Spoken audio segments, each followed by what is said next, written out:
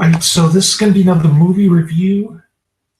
This one's called Bandidos, 1967. This is going to be another spaghetti western. It was alright. I gave it 3 out of 5 stars. I thought the build-up was slow, but the ending was great. Skip the first 50 minutes, similar to the first movie on this disc, and go to the end and you'll be in good shape. Although the beginning is sort of necessary to understand the nuances and the plot twists and whatever. Because it's like it's telling its a story in parts, bits and pieces, kind of like Kill Bill or something. Now I know where Quentin Tarantino got all of his ideas. But anyways,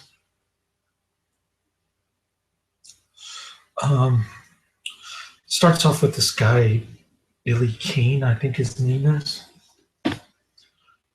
He's robbing a train, and his tutor, the guy who taught him how to shoot,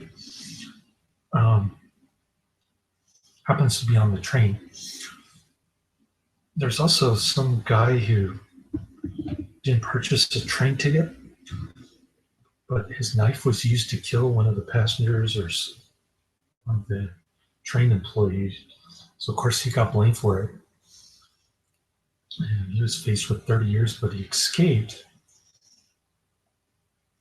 And he met the tutor guy who got his 2 hands shot so that he would shoot Billy Kane. I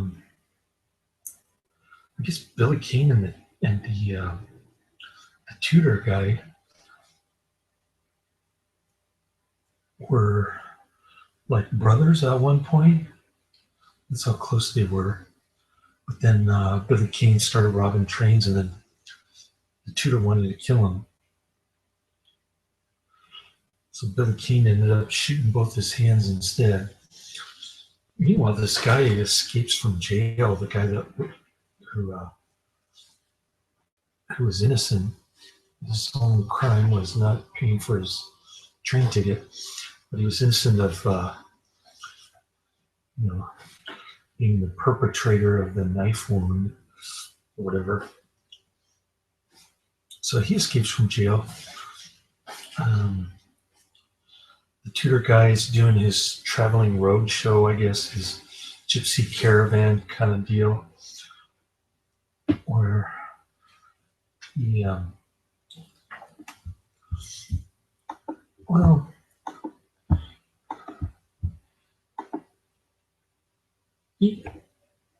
he's got this guy named Ricky Shot who does fancy tricks with his gun and stuff. Shooting cards and milk bottles or whatever. So that guy gets shot. Of course, the tutor guy wants to get revenge so he starts using his fists. Obviously, he can't shoot Billy Kane or anybody because he's got holes in his hands or gun wounds in his hands. So he's got him covered up with these half mittens things, but he can still punch with his hands. He puts both of them together and goes like this. So he does that to the guys who shot his buddy, his employee, so to speak. And then the knife dude shows up, starts beating the hell out of him. And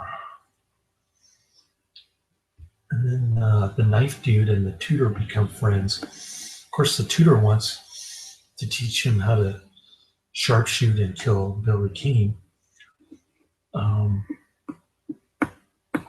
The knife dude wants to clear his name, get one of Billy Kane's men to clear his name. So they got a little conflict of interest there. Interesting plot twist where Knife dude pretends like he's going to shoot Billy Keane, but he ends up shooting Billy Keane's men who got double crossed instead. As Billy Keane has a habit of double crossing his people, he doesn't pay them enough. So, just a mean looking guy. He's always got a mean looking scowl on his face like my ex-wife. Anyways, so the tutor guy's kind of disappointed in the knife dude, Ricky Shot. They rename him Ricky Shot, but I forget his real name. So he's kind of disappointed. He understands, though, where the guy's coming from. So he follows the guy back in town where Billy Keane is.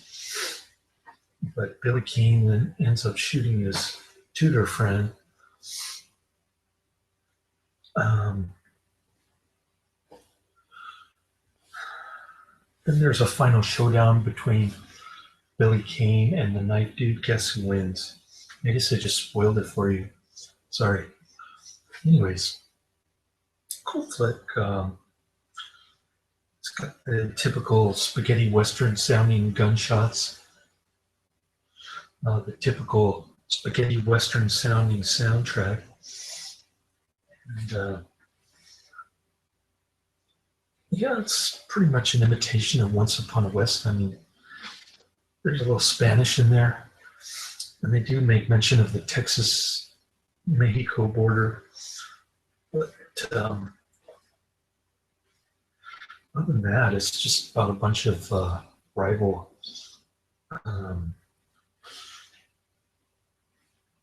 white gunslingers trying to eliminate each other. The Mexicans are mostly Billy Keane's men, I guess. He likes to leave them behind so the sheriff can catch them. That's why they feel like they're double-crossed. And even the knife dude got double-crossed because somebody, presumably Billy Keane, knifed the sheriff before they could even get the Billy Keane's man to tell the truth. So that was kind of interesting. A lot of different plot twists, and don't know where the story's going. They don't really reveal the beginning of the story until the end, which is kind of interesting. It's out of sequence. The whole movie is really out of sequence. You don't really find out what's going on, really, until after 50 minutes, like I said, which is a boring part of the movie anyway. If they had put